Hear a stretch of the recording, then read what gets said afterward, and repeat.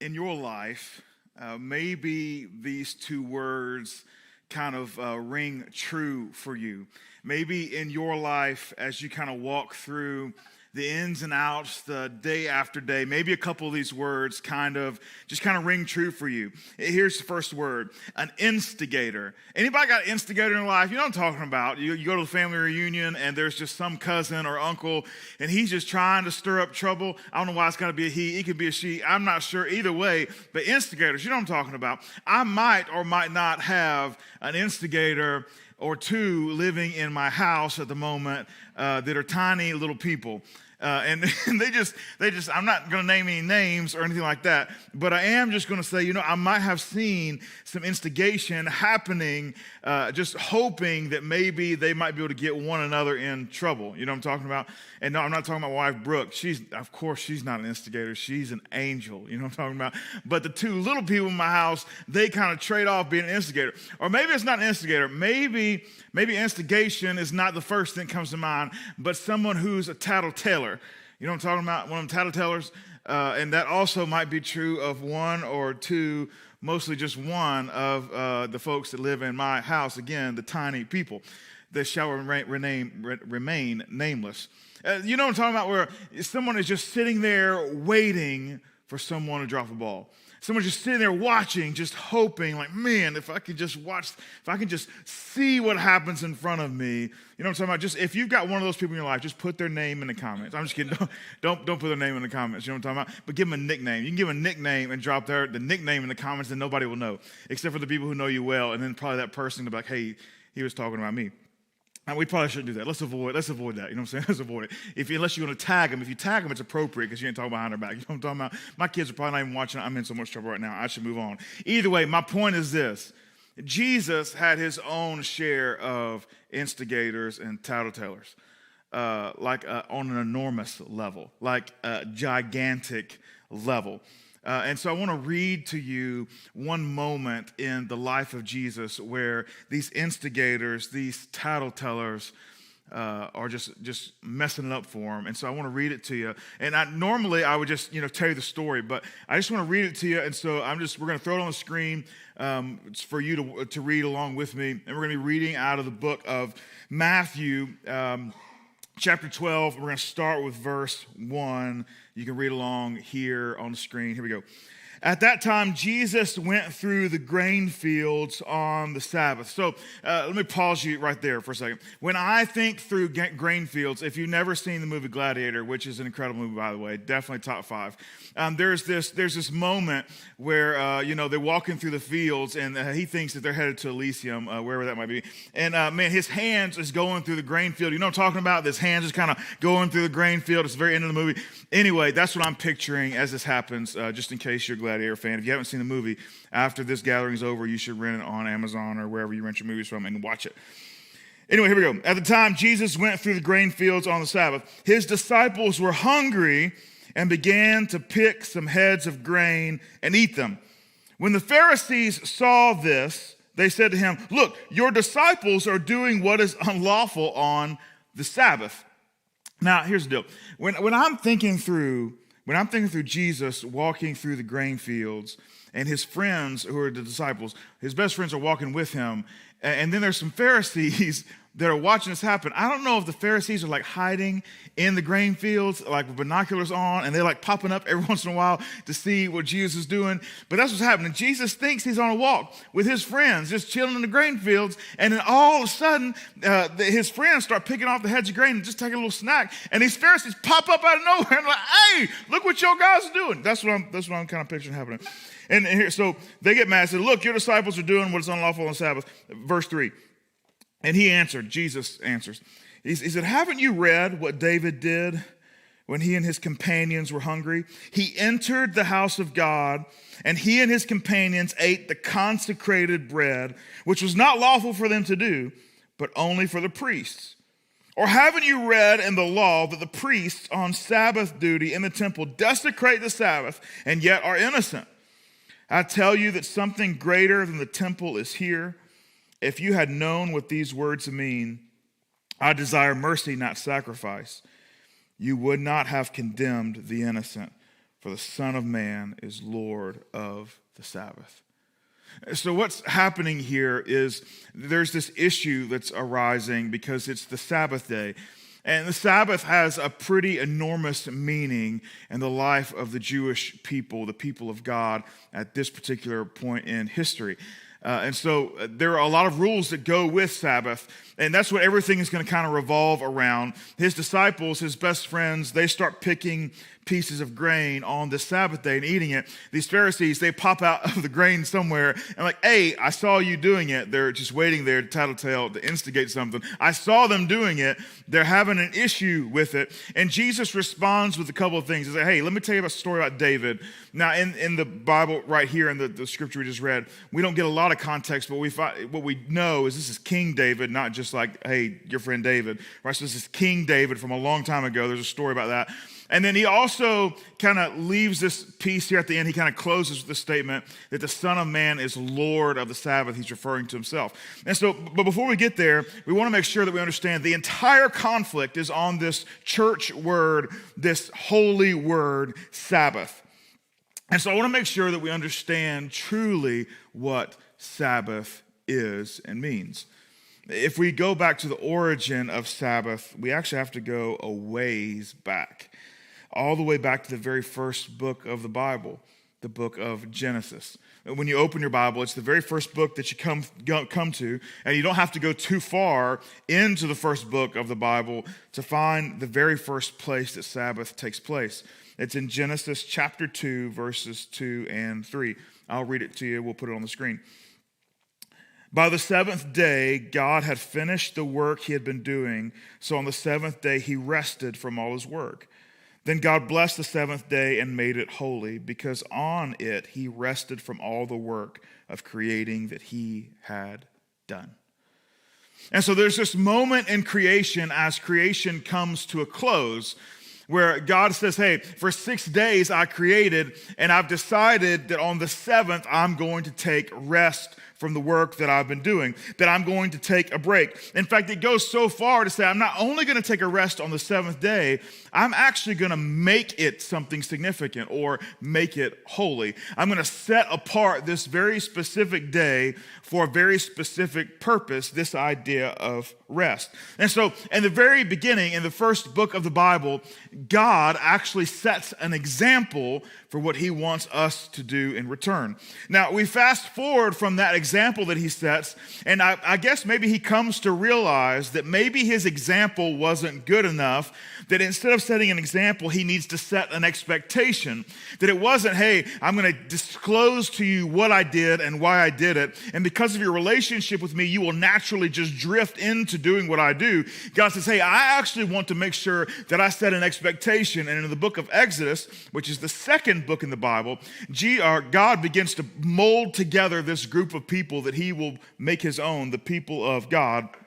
And he sets forward with them 10 incredibly clear expectations. One of them is about this very special holy day, this holy moment that God created in the first book of the Bible. I'll read it to you in Exodus chapter 20, verse 8 and 10. It says this, remember the Sabbath day by keeping it holy. 6 days you shall labor and do all your work, but the seventh day is a Sabbath to the Lord your God. So in the first book of the Bible, God sets the example. And then in the second book of the Bible, God says, I don't want to just set the example. I actually want to set an expectation from God to his people. This is my expectation for you, is that you actually follow my example. So my expectation is on the seventh day that you make it holy, that you find rest, that you honor or remember the Sabbath. And so I guess for us, one of the things I want to know is not just where did it come from, but what was the intention behind it? What was the meaning behind the idea of Sabbath? Well, it comes from two Hebrew words, that word Sabbath.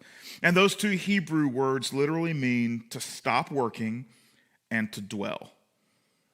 To stop working and to dwell. The purpose behind this idea of stop working and to dwell really was twofold. The first was to keep the people of God, God's people. He said, hey, what I want you to do on Sabbath, what I want you to do in these moments that you specifically set aside, I want to make sure that you stop working and you dwell. And specifically that dwelling piece, he says, hey, I want you to take time to dwell with me, right? I want to take time for you. I want you to take time to dwell with me. And when you take time to dwell with me, that will ensure that on a weekly basis, you remain my people. That it's almost like, hey, where you spend your time and the people you connect most deeply with begin to define your life and who you are. And he says, I want to make sure that you recognize that you must make time to connect and dwell with me, because I want to make sure that I'm a part of defining who you are. And the second piece, not only is it to keep the people of God, God's people, the second piece is to create a healthy and sustainable rhythm of life. God says, hey, here's the deal. Because I created you, I know all of the ins and outs and the way that you kind of are wired together, because I was the one that wired you together. And I know what gets you going, and I know what makes you tick, and I know the things that give you energy, and I know the things that suck the life straight out of you. And so I also know the solution to those things. And it's for you to stop working and to dwell. And so you just got to push pause. You've got to have a moment to push pause. He says, hey, I know you. And because I know you, I know what must be for you. And so he says, I've set an example for you, and now I've set an expectation. And because of all of that context, we have an idea of what Sabbath is. God set an example. Then God created the expectation to stop working and to dwell. So when we take a look at the story that we read at the very beginning of our talk today, Jesus is in the grain field, remember, gladiator style. His hands are going through the golden grain, and his friends are there, and they're hungry. It's snack time, and they just decide, you know what, I'm going to take a little bit of the piece of grain, and I'm going to take it, and I'm just going to munch on this, because this is going to be a good, healthy snack. You know what I'm talking about? That's what they're doing. There ain't no bonbons hanging around. There ain't no Cadbury eggs left over from none of that kind of thing. They're just like straight grains, baby, right? You know what I'm talking about? Anybody a grain person here? Whole grains. It's as whole as it gets, right there at their fingertips, and they start eating them. And then these little papa moles come up, and it's the Pharisees. And like, got you. We're here. We see you. You done broke the Sabbath, right? Now, let me be honest with you. So the reason this is an issue is because the Pharisees, or the teachers of the law, these experts in the law, these expert religious people, it actually didn't start off as tattletaling what's the word I was using over there? Instigating. It didn't start off as that. It actually started off with a lot of love and care for the people. And so God sets this expectation, hey, remember the Sabbath day and keep it holy. And so in their minds, back when that expectation was put into place, we know it as part of the Ten Commandments. When that expectation was put into place for his people, they said, you know what? We love and care for the people that we shepherd, that we lead spiritually so much, that we don't even want them to get close to stepping over that line that God has drawn in the sand. And that's what those commandments were. God was like, hey, this is the deal. Do not cross this line here. And so the Sabbath, you need to honor it, remember it, keep it holy. So God draws a line in the sand. And so the Pharisees, the teachers of the law, the folks that are in charge of just kind of religious direction for the people of God, they see that line that's been drawn there, and they say, you know what? We care and we love for our people so much. We don't even want them to get close to it. So what we need to do is we need to add an additional line. So here's the original line. And we want to don't go over here. We want to create another line right here that just kind of is a buffer, like a safety buffer. So that if they cross this line, it's not good because they've crossed us, but they still haven't crossed God yet. And so generation after generation after generation, you had this huge body of water is another way to put it. And it was like, hey, don't get into the lake. There's all kind of nasty, God says, don't get in the lake, right? And so they decided to put a fence around the lake. So it's not just that you can't get into the lake. It's like, don't even get into the fence where you're close to the lake. And generation after generation just put another fence around the fence, and another fence around that fence, and another fence around that fence. And eventually it became this like, hey, who's going to make the greatest fence? And who can write the prettiest fence? Who can put together the most brilliantly worded fence so that our name or our family name could go down in history as, man, what a great fence that we put around fences. And before you know it, the lake is 1.5 miles that way. And that's where God doesn't want you to be. But all these religious folks have put so many fences up, you can't even see the lake anymore, right? Now, it was born out of love and care that, man, we don't want anyone we care about to even get close to crossing that line. So we're just going to try and keep them a good bit of distance away. And eventually it turned into something that it was never intended to turn into. A bunch of religious folks creating enormous burdens for the people that they led spiritually. And so Jesus is walking through a grain field on the Sabbath day. And his followers reach down to pick some grain. And one of the fences that they created was, you should not work on the Sabbath day. And so then they defined what does not work mean. And so they defined it and they redefined it. And eventually someone's fence was, you can't even pick a piece of grain in a field for a snack. That's the fence, that's the line you could no longer cross. Well, that was never God's intention from the beginning. It was to stop work and to dwell. There's nothing in there about, hey, don't eat a piece of grain that you picked directly from the stalk. But that's what religious folks do. That's what I'm guilty of as a religious person. Again, religious people create burdens in their community. Resurrection people eliminate them. And so Jesus is walking, and these Pharisees, they pop up and they begin to say, hey, you can't do that. And so Jesus says, you know what? Jesus is super smart. Like, he's brilliant. And so he decides, you know what I need to do? I need to have a good conversation with these guys. I don't want to just tell them, hey, here's the deal. I was there when we created all this thing, those expectations, those 10 commandments. I was a part of that. I don't know if you saw me there. Oh, you did it because you weren't there. You just read it in the books. But I was actually there. I helped write the whole thing. And so let me explain it. Jesus doesn't do that.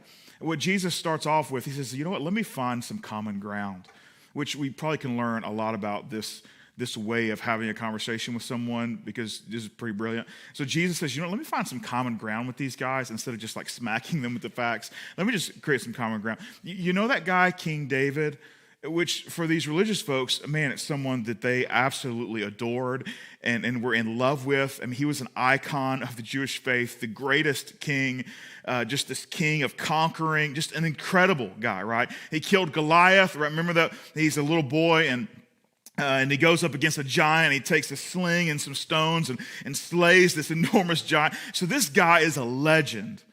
And Jesus says, you remember that time when you were reading about King David, and he was in a very similar situation, except it wasn't even that he was picking some grain in a field. He actually went into a place that he wasn't allowed to go inside of the sacred temple, and he took food that was not for him, that was only to be a part of worship, and he took it and he fed his soldiers with it, which was 100% against the law, against one of those fences.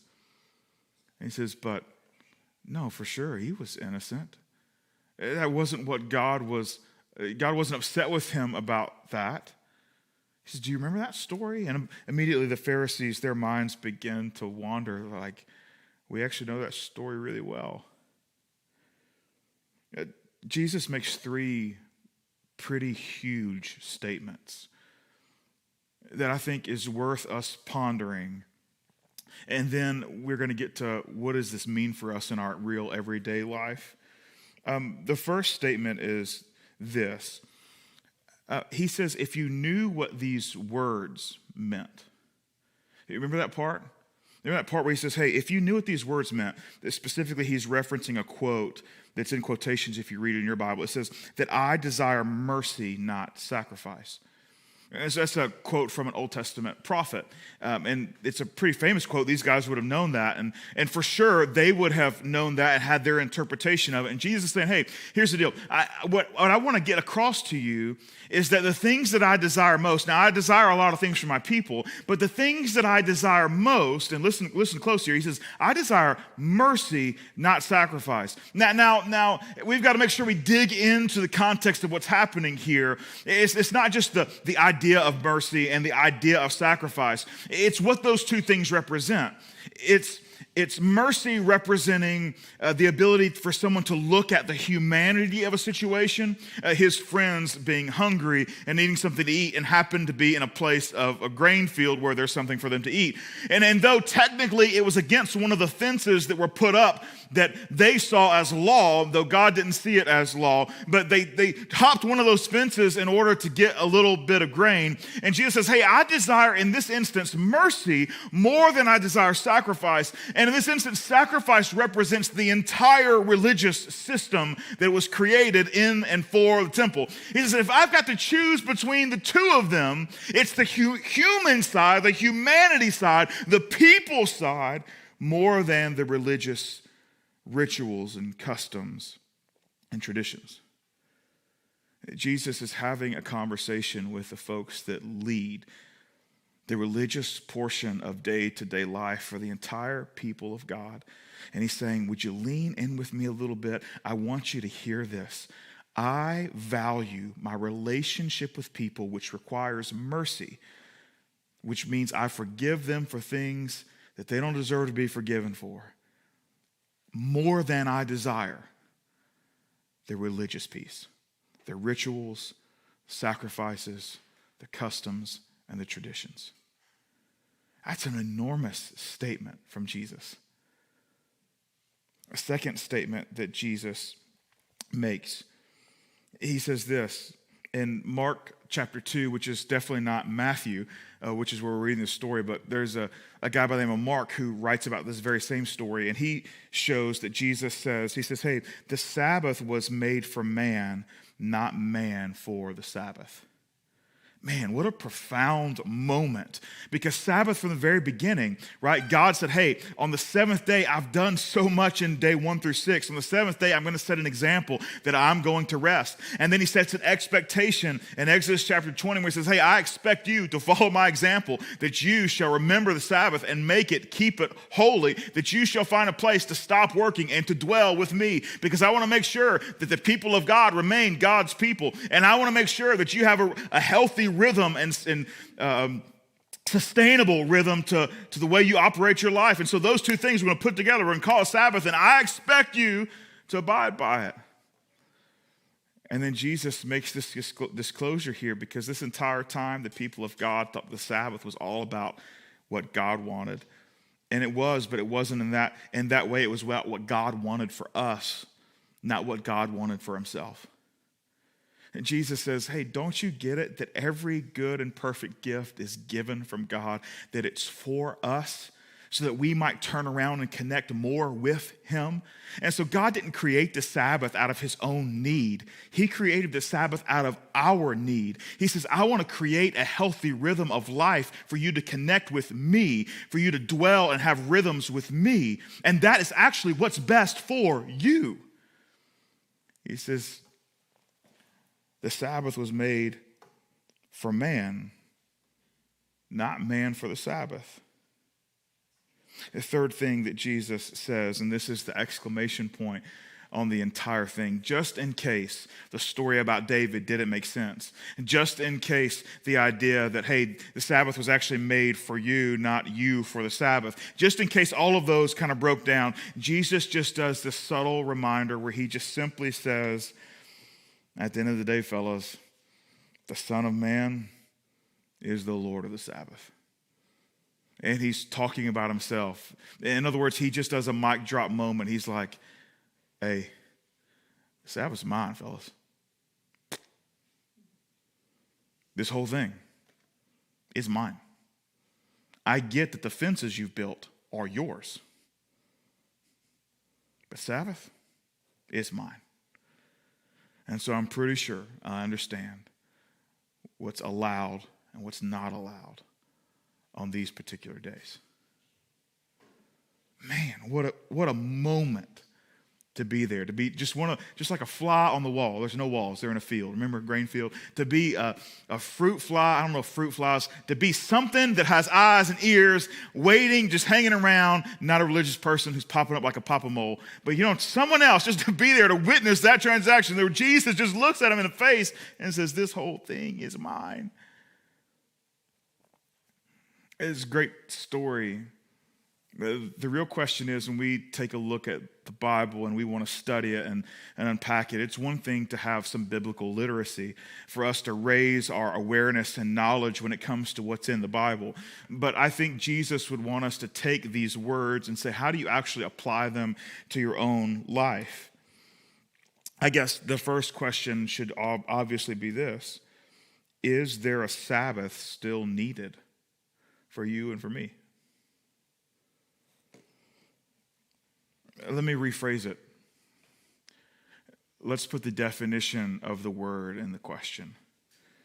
Is there still a need for rest and worship in our lives? I don't want you to answer in the comments,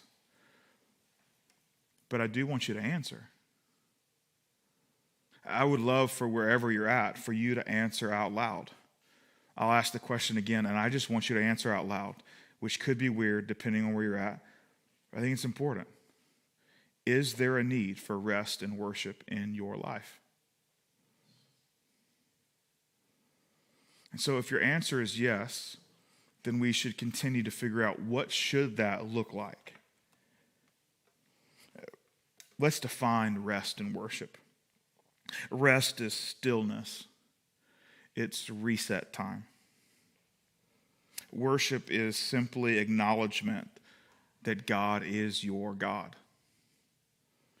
So if you've been tracking with me so far and you think I'm about to tell you that Sunday is the new Sabbath day and that every single Sunday your butt should be in church, you haven't been around long enough.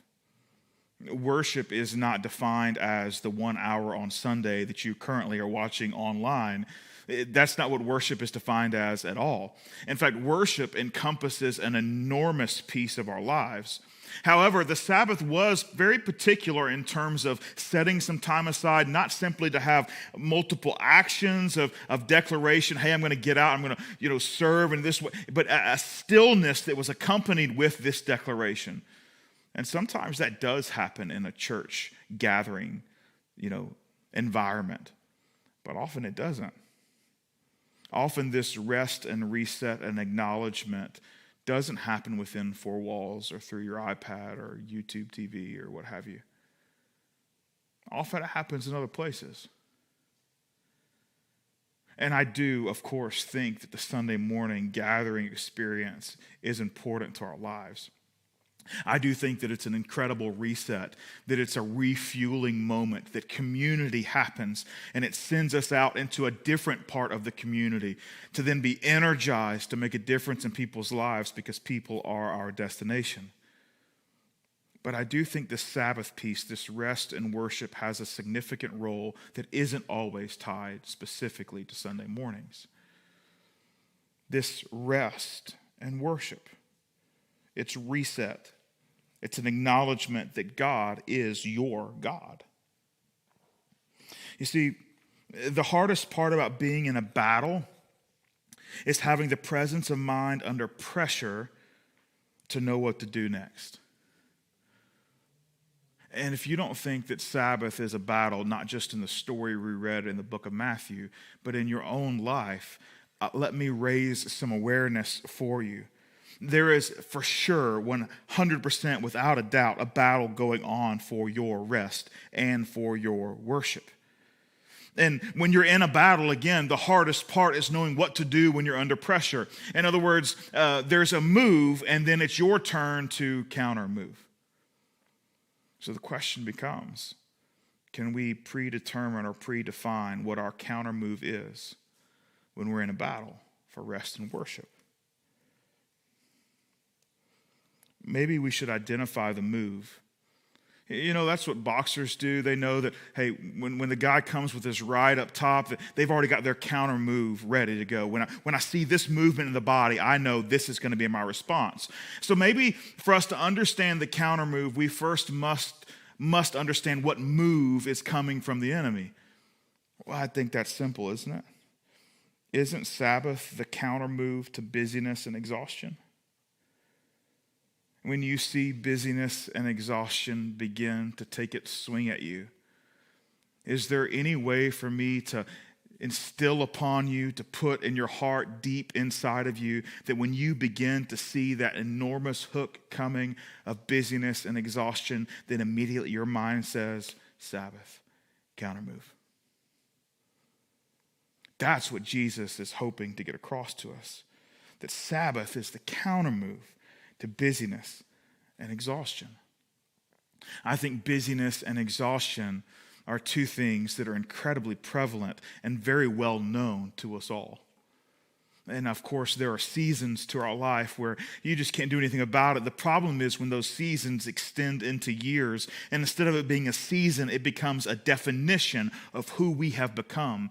As a mother, or as a father, as a husband, or as a wife, as a friend, as a good person in the community, as someone who's a part of a club or an organization or a church, or fill in the blank, whatever roles we fill in our lives, whatever part we play in our community, that at some point there is a season of busyness where we feel exhausted, and those will come and they will go. However, when we stay in an extended season, that extended season becomes the definition of who we are, that's when we're in trouble.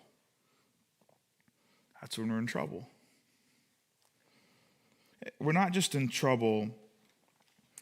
We're not just in trouble because, there's a move being made, there's this punch being thrown, and we have yet to figure out the counter move. We're also in trouble because of what we're missing. And I get it. You're thinking, hold on one second. The reason that I'm so busy and the reason that I'm so exhausted is because I don't miss anything. I say yes to it all. I mean, no matter what it costs me in time or finances, we will be at this thing. We will have this a part of our lives. This is what our children must have. This is what I must have. This is what my spouse must have. We must be doing these things. We have to be involved this way. I've got to give my all this way. I don't miss a thing. I am the yes monster, right? I say yes to everything. No, I think you're missing out on the yes blessing. You're like, no, I don't have a problem with the yes blessing. I say yes to everything. And that's the thing, is the way God designed us, is that you say yes to everything that's put right in front of your face. The problem is, some of the greatest moments in our lives are not handed to us on a silver platter where they take it off and it's put right before us. Some of the greatest God moments that's ever been given to us are just in our peripheral. And they're moments that God has ordained and made and kind of put his thumbprint on it, and he has you in mind, but you are just straight ahead. All the yeses, all the time. And God's got this thing out here. He's saying, hey, if you will take your focus off your yeses and put it on what I've put in your peripheral, you'll realize this is the best yes. But because we can't, because our exhaustion has created us to be tunnel blind and tunnel vision, and that's all we can see is what's in front of us. God's got this thing out here, and we're missing the yes blessing of saying yes to the thing that God has designed specifically for us. And we're missing it. You see, God's working for you, sending you opportunities. But often we miss them because we're already overbooked. Because we haven't taken time to stop working and to dwell with him, to ensure that the people of God remain the people of God, and to create healthy, sustainable rhythms in our lives. You see, when we're maxed out, we miss the unexpected yes blessing. In other words, maxed out means missing out. Maxed out means missing out. And right now, God is trying to do something incredible in your life. There's no exception. And many of us just can't see it because we are tunnel blind to the yeses we've already said in our lives. And we've got no room for error, no margin for Sabbath, no margin for rest and worship. In fact, you probably have been even asking yourself, am I still a follower of Jesus? Because I really don't feel like it sometimes. And that makes sense. It makes sense because at the end of the day, our culture, it tells us it's an honor to be exhausted. It's an honor to have a full plate. The truth is, it's a failure. It's a failure not to be able to play the long game because you are so short-sighted. The long game in your family role, your community role, your faith role, and the unexpected yet perfectly fit role that God has for you to play. Let me ask this question. Why is it that rest and worship is the one thing we refuse to actually put on our calendar? Seriously, like right now, let's open our calendars up and let's just see if anyone actually has put in a date with a time. This is my rest time. This is my worship time.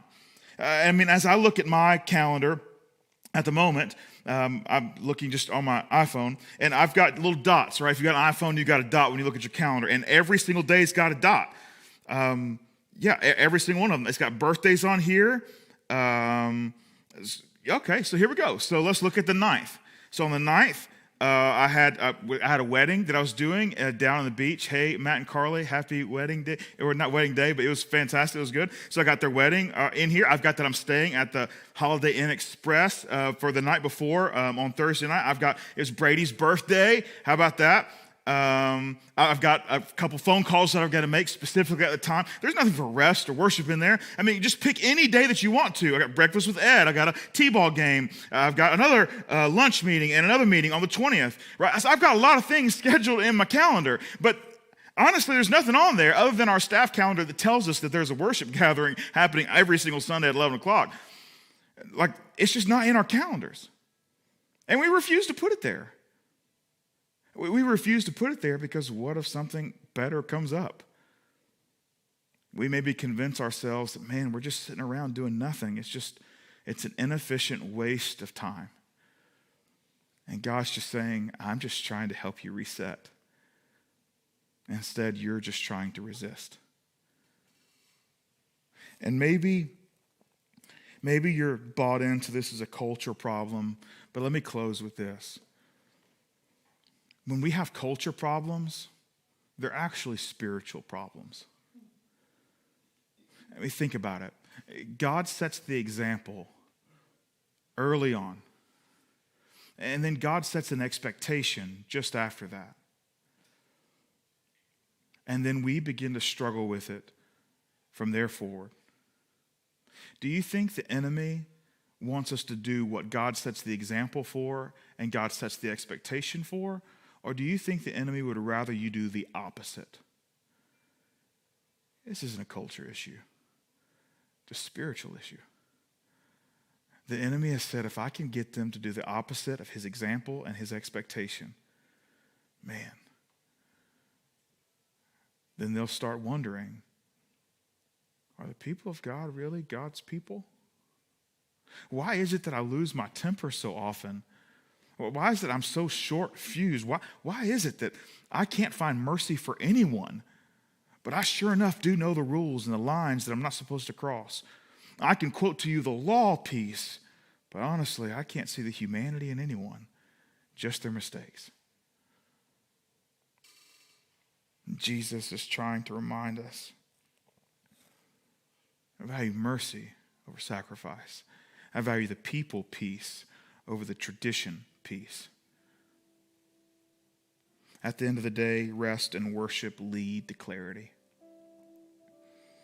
It's an opportunity for us to just wind down and take a deep breath and say, God, what do you want to put on my plate this week, this month, this coming year? It's a constant and regular reminder that as a person that belongs to the people of God, I'm still God's people. It's an opportunity for me to make sure that I stay in a healthy and sustainable rhythm of life. I think if you want something to take away today that's concrete, is I would sit down on your calendar and I would schedule some Sabbath time. I would sit down and take a look, and I would say, you know what, I'm gonna default to, I don't want to put this on my calendar. Put it on your calendar. Put it on your calendar. And if you're daring enough, screenshot it and challenge a couple of friends to do the same. And post it and just say, look, here's the deal. I was challenged to put out some time of rest and worship. And I realize I haven't put this on my calendar in a long time, but I need to. And then pick a couple friends that you are good friends with and just say, I challenge you to do the same. Rest and worship. Sabbath. It brings clarity. And at the end of the day, the Sabbath wasn't made for God. God made the Sabbath for us because he knows us